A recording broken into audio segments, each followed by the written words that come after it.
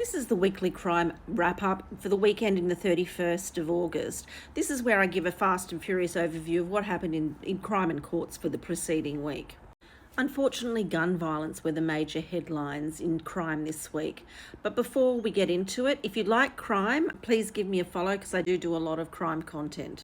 First story is the tragic fatal shooting and manhunt in Victoria for Dezi douchebag Freeman. The search for Dezi has entered its sixth day. He's accused of killing 2 Victorian police officers and wounding a third.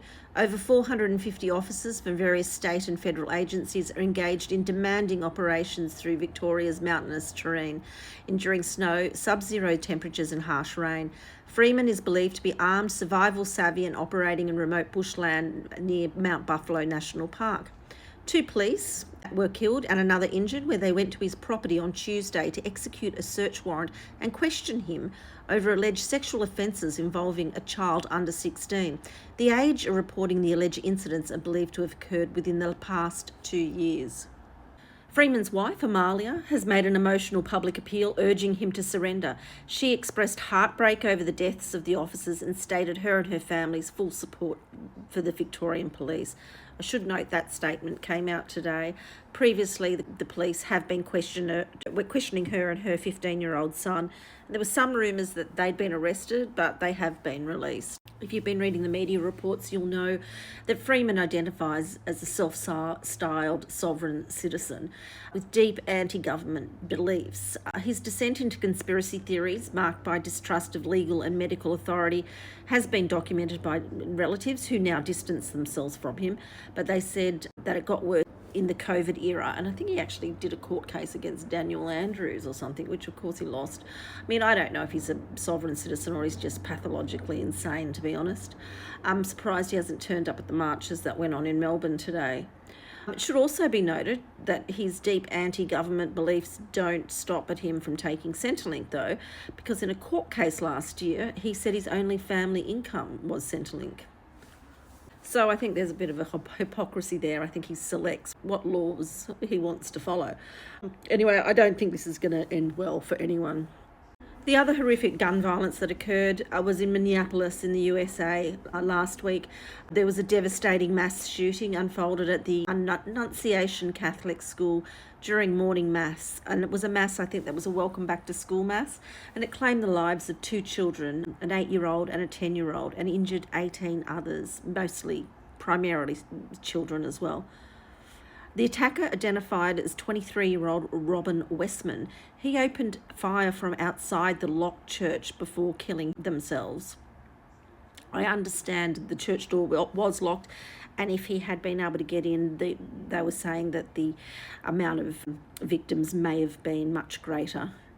So the officials were investigating the incident as a possible domestic terrorism hate crime targeting Catholics, citing anti-Catholic messages found in the shooter's writings and firearm magazines. Investigations also highlight the shooter's obsession with mass violence, disturbing ideological motives, again, or is it just mental health issues, and the ability to access guns quite easily.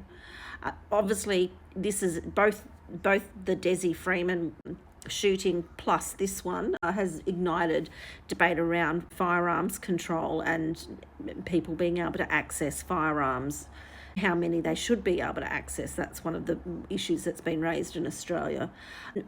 Obviously, there's much more support for that over here, post the Port Arthur massacre, but in the US, the usual trope is being trotted out where they say thoughts and prayers for the victims. Again, people are saying that's not decreasing the amount of mass shootings in the USA, and plus they were saying the kids were actually praying when they got shot at this one. Now, a 29-year-old man has been charged over the kidnapping and murder of T. Kim Tran, 45, whose body was found inside a burnt-out SUV in Beverly Hills in April this year. T.R. Nguyen was arrested in Bankstown on Thursday and appeared in Bankstown local court on Friday, where he did not apply for bail. He faces charges of murder and wounding with intent to cause grievous bodily harm, and he's due back in court in November. Police allege Nguyen, linked to a Victorian drug syndicate, helped orchestrate the abduction of Ms Tran, who was stripped naked and forced into an SU in front of her children on April 17th. An 8-year-old boy, her son, was struck with a baseball bat during the incident, suffered serious head injuries. Detectives say Ms Tran was shot dead before the car was set alight, stressing she was an innocent victim caught up in her husband's alleged ties in organised crime. 3 masked men believed to have carried out the attack also remain at large. I must say I was surprised they got an arrest in this case, but clearly that the husband is assisting with inquiries. Outback Wrangler TV star Matt Wright has been found guilty on 2 counts of attempting to pervert the course of justice following a 16-day trial in the Northern Territory Supreme Court. The verdict centres on actions taken after the fatal 2022 helicopter crash that killed his close friend and co-star Chris Willow Wilson and left pilot Sebastian Robinson paraplegic. Not paralytic, though there was allegations of drinking at some point in the trial, plus drug taking. The jury concluded Wright lied to police about the chopper's fuel levels and pressured Robinson to falsifying flight records. A 3rd charge alleging Wright instructed someone to destroy aircraft maintenance documents resulted in a hung jury. Moments after the verdict, Wright declared his intention to appeal, arguing that bail should be maintained due to the likelihood of a lengthy appeals process. He expressed disappointment, stating the trial had been devastating for all families involved. Prosecutors have called for Erin Patterson to be jailed for life with no chance of parole, describing her mushroom poisonings as crimes in the worst category. Patterson, 50, was found guilty of murdering her former in-laws, Don and Gail Patterson, and another in-law relative, Heather Wilkinson, after serving them beef Wellington laced with death cap mushrooms in 2023. A 4th guest, Pastor Ian Wilkinson, survived but remains in poor health. In the Supreme Court of Victoria last Monday, Crown Prosecutor Jane Warren told Justice Christopher Beale the killing showed the highest level of planning and preparation and was so cruel and horrific that Patterson did not deserve the court's mercy. Patterson's lawyer, Colin Mandy, conceded a life sentence was inevitable, but argued to the judge to at least allow parole, which would give his client a chance of release in her 80s. The court also heard Patterson had spent more than 1 year in near total isolation at the Dame Phyllis Frost Centre due to safety concerns, spending up to 24 hours a day alone in a cell. Justice Beale said he would weigh her prison conditions, but described her offending as horrendous.